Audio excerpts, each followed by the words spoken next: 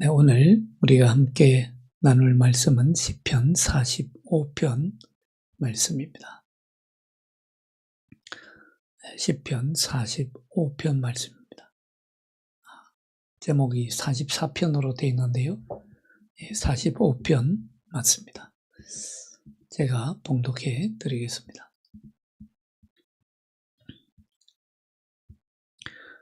내 마음이 좋은 말로 왕을 위하여 지은 것을 말하리니 내 혀는 글솜씨가 뛰어난 서기관의 붓끝과 같도다. 왕은 사람들보다 아름다워 은혜를 입술에 머금으니 그러므로 하나님이 왕에게 영원히 복을 주시도다. 용사여 칼을 허리에 차고 왕의 영화와 위엄을 입으소서. 왕은 진리와 온유와 공의를 위하여 왕의 위엄을 세우시고 병거에 오르소서. 왕의 오른손이 왕에게 놀라운 일을 가르치리이다. 왕의 화살은 날카로워 왕의 원수의 염통을 뚫으니 만민이 왕의 앞에 엎드러지는도다. 하나님이여, 주의 보좌는 영원하며 주의 나라의 규는 공평한 규이니이다. 왕은 정의를 사랑하고 악을 미워하시니 그러므로 하나님 곧 왕의 하나님이 즐거움의 기름을 왕에게 부어 왕의 동료보다 뛰어나게 하셨나이다. 왕의 모든 옷은 몰약과 치명과 육계의 향기가 있으며 상하궁에서 나오는 현악은 왕을 즐겁게 하도다. 왕이 가까이 하는 여인들 중에는 왕들의 딸이 있으며 왕후는 오빌의 금으로 꾸미고 왕의 오른쪽에 서도다. 딸이여, 듣고 보고 귀를 기울일지어다. 내 백성과 내 아버지의 집을 잊어버릴지어다. 그리하면 왕이 내 아름다움을 사모하실지라. 그는 내 주인이시니 너는 그를 경배할지어다. 두로의 딸은 예물을 드리고 백성 중 부한 자도 내 얼굴을 보기를 원하리로다. 왕의 딸은 궁정에서 모든 영화를 누리니 그의 옷은 금으로 수놓았도다. 수놓은 옷을 입은 그는 왕께로 인도함을 받으며 실용하는 친구 처녀들도 왕께로 이끌려 갈 것이라. 그들은 기쁨과 즐거움으로 인도함을 받고 왕궁에 들어가리로다. 왕의 아들들은 왕의 조상들을 계승할 것이라. 왕이 그들로 온 세계의 군왕을 삼으리로다. 내가 왕의 이름을 만세에 기억하게 하리니 그러므로 만민이 왕을 찬송하리로다. 아멘.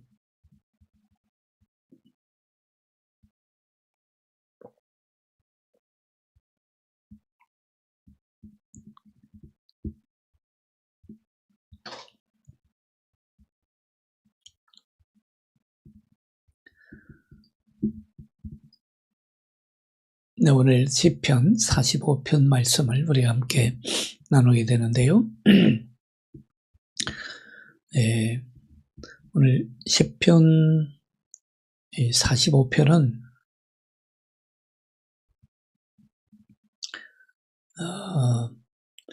제목이 제목에 보면 마스길이라고 하는 그런 제목이 붙어 있는데, 이 마스길이라고 하는 말은 이 시편이 하나의 단순한 시 작품이 아니라 영적인 가르침을 주는 것임을 우리에게 알려줍니다. 그러니까 다시 말하자면 이 시편은 하나님의 영의 도움이 없이는 이해할 수 없는 시편이다. 믿음이 없이 읽으면 그 내용을 충분히 이해할 수 없는 시라는 말입니다. 자, 이것을 넘어서 이제 먼저 시편 기자는 이스라엘의 메시아 되시고 인자로 오신 그리스도에 대한 사랑을 이 시편을 이해하는 데 필수적인 조건으로 삼고 있습니다. 그러니까 그리스도에 대한 사랑을 이해를 못한다면 이 시를 이해할 수 없다는 것이죠. 오늘 이제 시편 45편 기자는 먼저 이 시편을 쓸 때 마음속에 있던 그 분위기에 대해서 먼저 이야기합니다. 성령의 인도를 받아서 쓴 시죠. 우리가 성경은 성령의 감동으로 지어진 시라고 하는데 특히 시편들은 성령의 감동으로 지어진 시라고 볼 수 있습니다. 단순히 인간적인 예지나 인간적인 지혜로 지은 시편은 아니라는 말씀이죠. 성령의 인도를 받아서 성령의 감동으로 지어진 시입니다. 자, 이렇게 성령의 감동을 받아서 신성한 거룩한 왕으로 오신 예수 그리스도, 메시아로 오신 그리스도를 사랑의 노래로 묘사하기 시작합니다. 자, 이 노래는 그의 이름이 영원한 영광을 나타내는 그런 시편이기 때문에 한마디로 그리스도를 위한 시라는 거죠. 그렇기 때문에 영원히 영광을 받으실, 찬송을 받으실 그런 주님을 노래하고 있습니다. 그래서 사실 오늘 시편 45편에서 왕으로 왕이시여 왕이여 하고 왕으로 나오는 분은 예수 그리스도를 예언적으로 말씀해 주고 있는 것으로 읽으면 오늘 45편을 더 깊이 있게 읽을 수 있습니다. 그리스도께서 이 땅에 오셨을 때 마태복음 3장 17절에 보면 예수님이 세례를 받으시고 물에서 올라오실 때 하늘로부터 이런 소리가 들렸다고 했죠. 이는 내 사랑하는 아들이요 내 기뻐하는 자라. 사실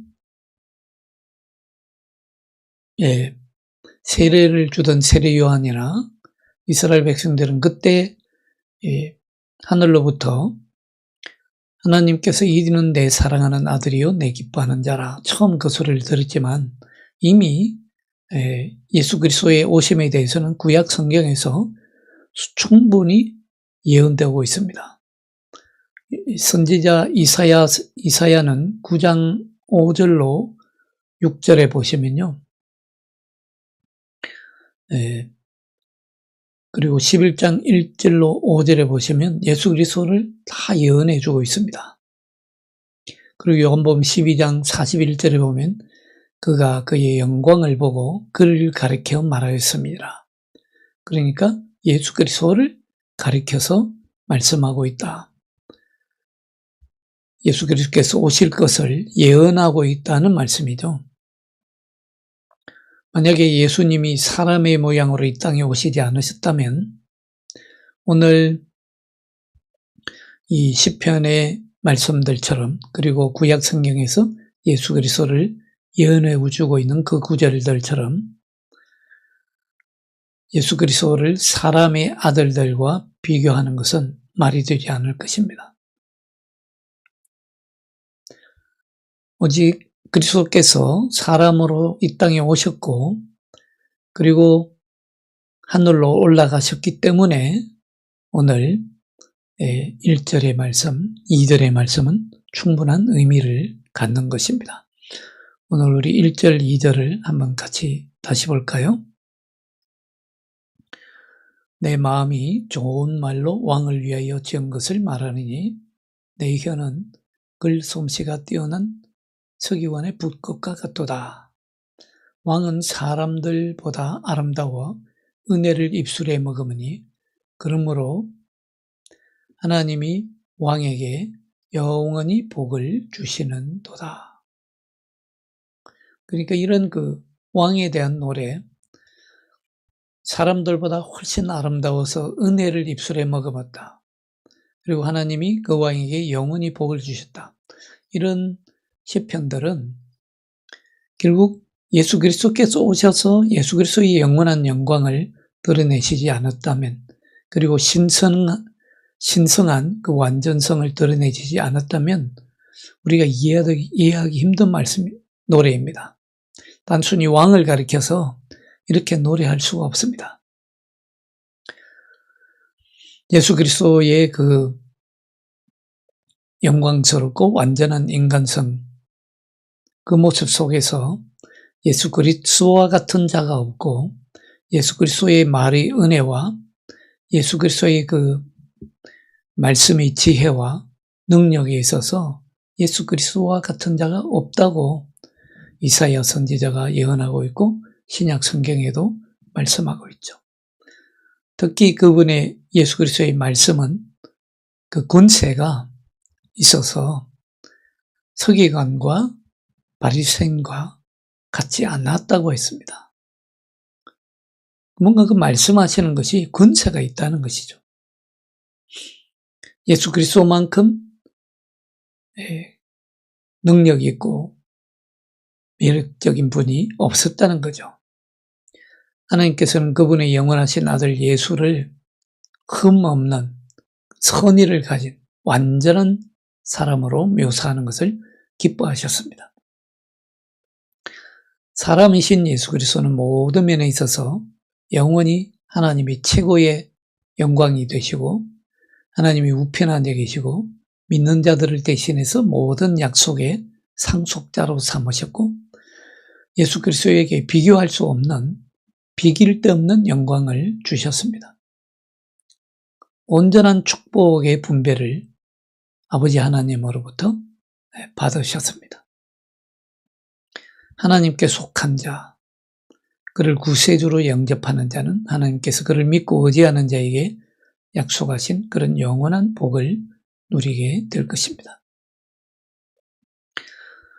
자, 그리고 오늘 3절부터 5절까지 해서 기름 부음을 받은 자가 하나님의 능력으로 영광과 위엄으로 단장한 그러한 분으로 등장합니다.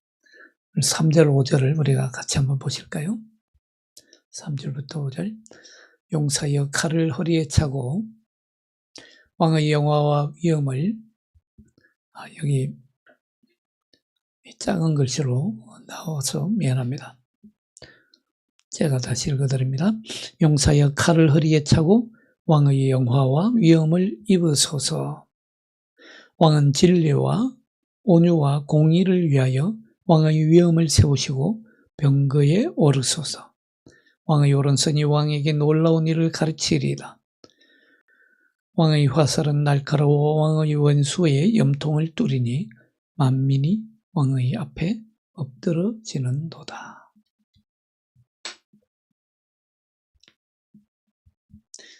그 예수 그리스도의 영광과 위엄으로 단장한 모습을 노래하고 있습니다.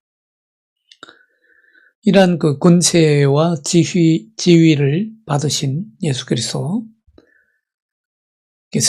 장차 정의와 평화의 왕국에서 하나님의 통치권을 확립하실 것입니다.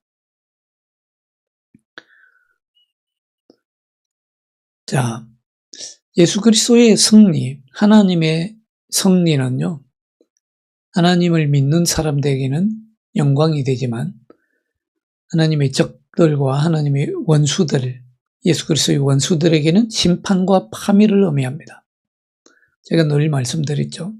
하나님 한 분의 한 행동은 의인에게는 축복이 되지만 그러나 악인에게는 심판이 되는 것이죠. 현 시대가 혼돈스럽죠. 왜 혼돈스럽습니까? 악과 선이 혼합되어 있어 그렇습니다. 늘 이 세상에는요, 예수 그리스도께서 다시 오시기까지 악과 선이 혼합되어 있습니다. 그래서 악과 선을 분별하는 것이 굉장히 어렵습니다. 이 세상의 악의 권세가 선의 얼굴을 하고 나타나기 때문이죠. 거짓이 진리의 모습을 띠고 나타나기 때문이죠. 그렇기 때문에 혼돈스러운 것입니다. 때로는 악을 저질러 놓고도 그것이 선이라고 착각하는 사람들도 많습니다. 그래서 이 선과 악을 분별하는 것이 중요한데요. 그러기 위해서는 우리가 예수 그리스도의 영을 받아 살아야 됩니다. 그런데 이 악과 선의 혼합은요, 심판주로 그리스도께서 장차 오실 때에 완전히 끝장납니다. 더 이상 거기에서는 예수 그리스도께서 다시 오실 때에는 악과 선의 혼돈이 일어나지 않습니다. 깨끗하게 분별됩니다. 거짓과 진리, 교만과 겸손, 불의와 정의, 순결과 더러움, 이런 것이 다 혼동되어 있는데요. 예수 그리스도께서 오실 때에는 이 모든 것이 온전히 드러납니다. 왜냐하면 예수 그리스도께서 빛과 영광으로 오실 것이기 때문입니다. 그리고 이 땅을 심판하실 것이기 때문입니다.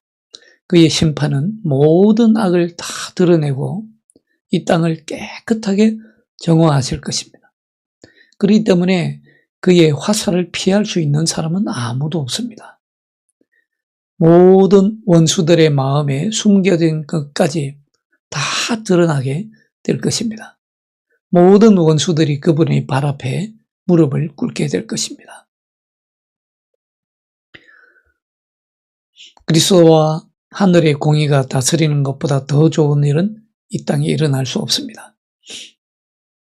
더 이상 그분의 능력, 그분의 진리, 그분의 온유와 공의, 그런 것과 모순되는 일들은 이 땅에 일어나지 않습니다.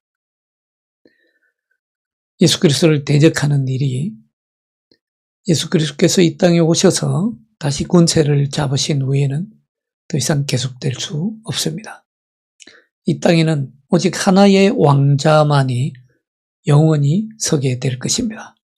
그것은 하나님의 보좌죠. 이스라엘의 왕이시며 다윗의 자손이신 예수 그리스도께서 이 지상에 있는 하나님의 왕국에서 영원히 이 보좌에 앉으실 것입니다.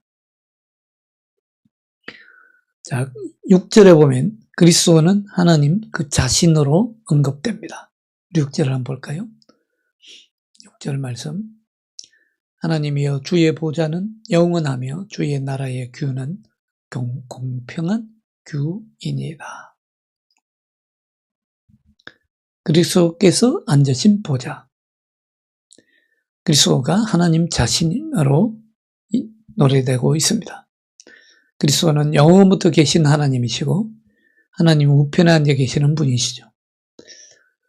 그리스도의 다스리심 아래에서 성실과 정직과 의가 흥황하게 되고 도처에 영원한 평강이 있게 될 것입니다.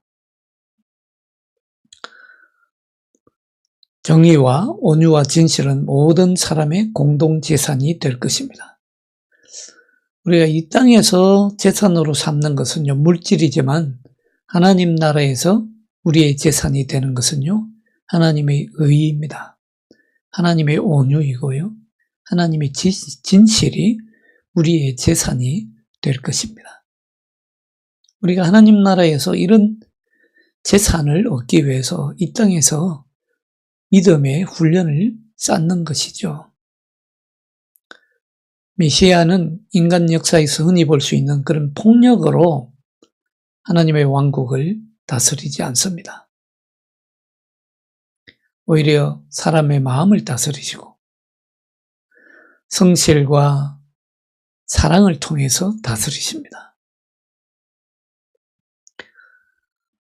의를 사랑하는 데 있어서는요, 그리스도가 모든 존재보다 앞서십니다. 그리스도가 가장 뛰어나십니다. 오늘 8절을 한번 보실까요? 왕의 모든 옷은 몰약과 치명과 육계의 향기가 있으며 상하궁에서 나오는 몰약은 왕을 즐겁게 하는도다. 7절을 보시죠. 7절. 왕은 정의를 사랑하고 악을 미워하시니 그러므로 하나님 곧 왕의 하나님이 즐거움에 기름을 왕에게 부어 왕의 동료보다 뛰어나게 하셨나이다. 정의를 사랑하고 악을 미워하시는 데 있어서 모든 사람보다 뛰어나십니다. 모든 동료보다 뛰어나다고 했습니다.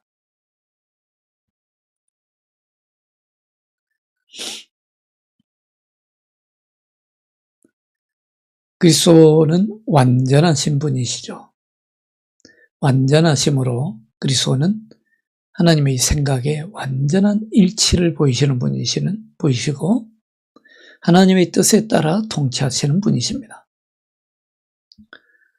아무도 그리스도의 통치에 필적할 만한 방식으로 지상을 통치한 왕은 없습니다. 하나님의 통치의 원칙은 지금 시행되고 있죠. 왜 그렇습니까? 그리스도께서 이미 오셨고 그리스도께서 성령을 통해서 그리스도 신자들의 마음속에 이미 다스리고 계시기 때문이죠. 우리가 이걸 알아야 됩니다. 하나님의 다스리심, 하나님의 통치는 먼 나라의 얘기가 아닙니다. 그리스도께서 이미 오셨잖아요. 그리고 그리스도께서 이미 부활하셨잖아요. 그리스도께서 이미 부활하셨기 때문에 지금도 성령을 통해서 우리 가운데 살아계시잖아요. 살아계시기 때문에 우리 속에서 우리를 다스리고 계십니다. 그렇기 때문에 그리스도의 그 통치의 원칙은 지금 우리 신자들의 마음속에서 지금 적용되고 시행되고 있는 것입니다. 이걸 우리 확신을 가져야 합니다.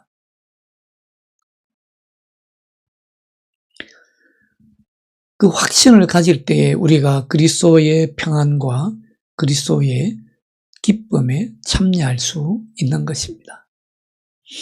자, 7절의 결론은 왕과 그의 동료들 사이의 차이점을 강조합니다. 7절을 한번 다시 볼까요? 왕은 정의를 사랑하고 악을 미워하시니 그러므로 하나님 곧 왕의 하나님이 즐거움의 기름을 왕에게 부어 그의 동료보다 뛰어나게 하셨나이다.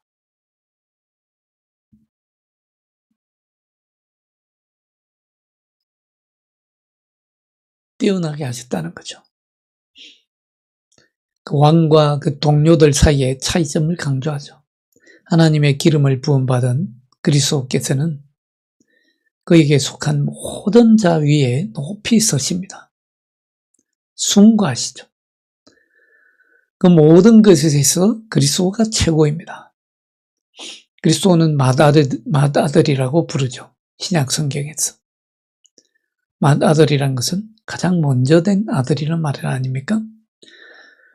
땅의 왕들 중에 가장 높으신 분이십니다.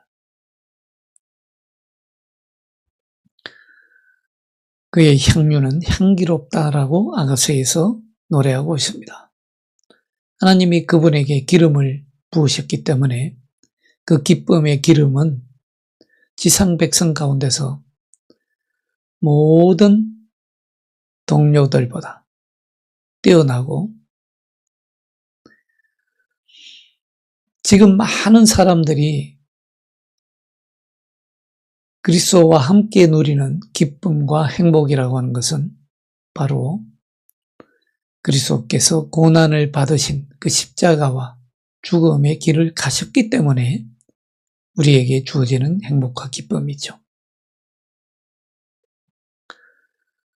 모든 것이 그분의 사랑의 작품인 동시에 하나님의 목적을 성취하는 것입니다. 그래서 이사야서 53장 11절에 보면 자기 영혼의 수고한 열매를 보고 만족하리라고 말씀하고 있습니다. 오늘 8절에 보시면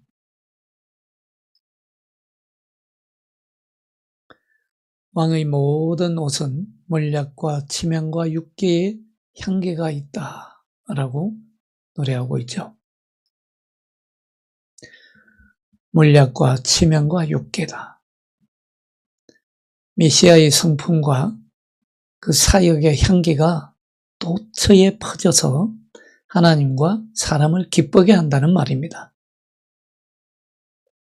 우리가 좋은 향을 맡으면 기분이 좋아지지 않습니까? 정말 사람을 기분 좋게 만들고 또 우리의 더러운 냄새들을 막아주는 그런 좋은 향수들이 있죠. 그것처럼 그런 향수와는 비교될 수 없는 그리스도의 향기가 있다는 것입니다. 신약 성경에서는 우리는 그리스도의 향기라고 말하지 않습니까? 왜 그렇습니까? 그리스도께서 모든 우리의 향기의 근원이 되시기 때문입니다. 이 세상의 향기와는 비교될 수 없습니다.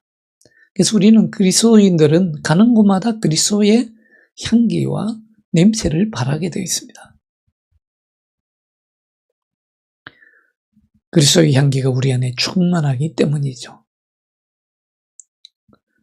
그렇기 때문에 그리스도와 가까워야 됩니다. 그리스도와 가까워지면 가까워질수록 우리는 그리스도의 향기를 드러냅니다. 그리스도와 함께 살아야 됩니다.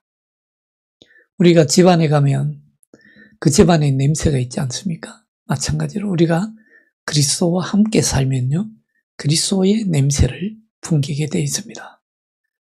이것보다 더 아름답고 소중한 것은 없습니다. 이제 그의 나라는, 예수 그리스도의 나라는 성령 안에서 의와 평강과 희락이라고 했습니다. 우리가 그리스도 안에 있으면요, 그리스도의 나라 안에 살면요, 우리가 성령 안에서 의의 냄새, 의의 향기, 평강의 향기, 희락의 향기를 바라게 돼 있다는 말씀입니다. 여러분, 그렇게 사시기 바랍니다.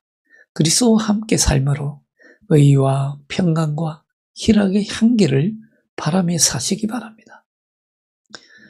우리를 그리스도와 신랑과 신부의 관계로 비유하지 않습니까? 그만큼 그리스도와 친밀해야 됩니다. 그리스도와 인연을 맺고 살아야 됩니다.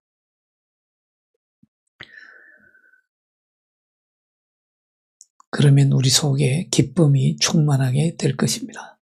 자, 이와 같이 그리스도와 하나 되어 있으면요, 이 세상은 잊어버리게 됩니다. 이 세상은요, 오히려 나에게 걸림돌이 됩니다.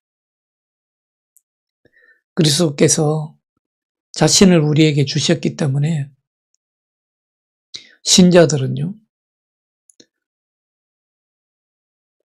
신자들에게는요, 그리스도께서 신자로서 우리의 삶을 요구하십니다. 그리스도께서는 사랑하는 사람들을 자기 자신에게로 이끄시고 인도하시고 예수 그리스도를 중심으로 삼는 그런 삶을 살도록 하십니다. 오늘 10절을 보시죠.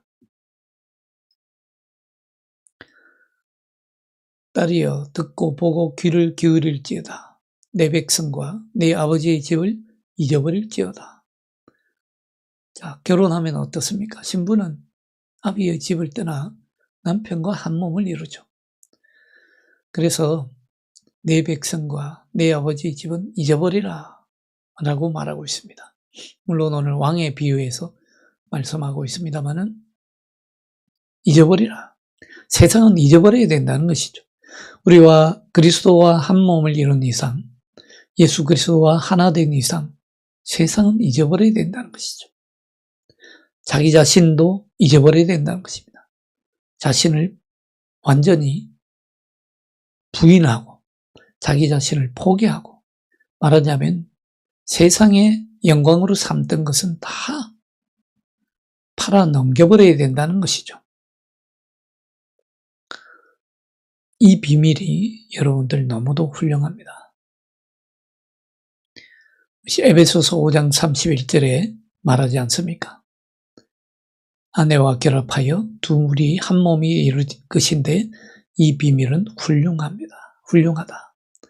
그러나 나는 그리스도와 교회에 대해 말하노라. 그러니까 그리스도와 연합한 사람들,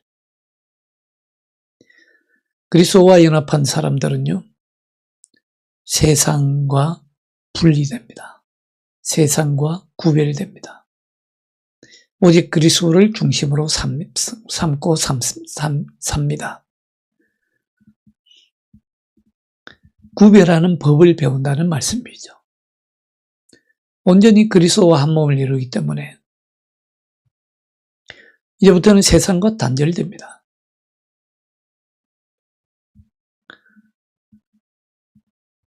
세상과 분별할 줄 알고요. 세상과 구별될 줄 압니다. 이것이 그리스도인의 삶입니다. 여러분, 우리 모두는 그리스도와 연합한 사람들입니다. 그렇기 때문에 마치 신부가 신랑을 기뻐하듯이 그리스도를 기뻐함으로 삽니다. 그리스도를 자랑으로 삼고 삽니다. 세상의 것을 잊어버립니다. 세상과 똑같이 살지 않습니다. 구별되어 살고 분별되어 살고요. 거룩하게 삽니다. 오늘 시편의 말씀처럼 우리는 신부와 신랑이 하나 되듯이 우리는 그리스도와 하나 된 사람들입니다.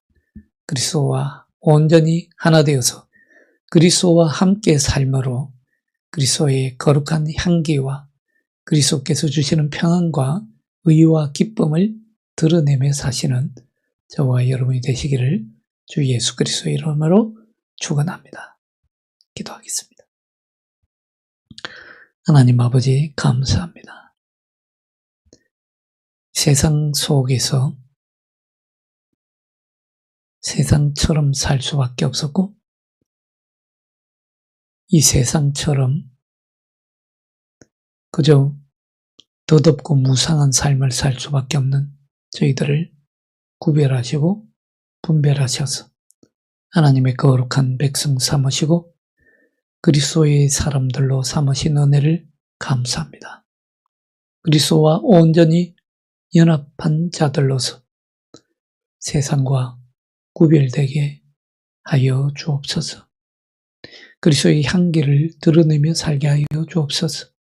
그리스도와 친밀하게 하시고 그리스도와 함께 삶으로 그리스도의 향기를 바라며 의와 온유와 기쁨을 드러내며 살게 하여 주옵소서. 하나님의 의와 진실이 우리의 재산이 되게 하여 주옵소서. 예수 그리스도의 이름으로 기도하옵나이다. 아멘. 네.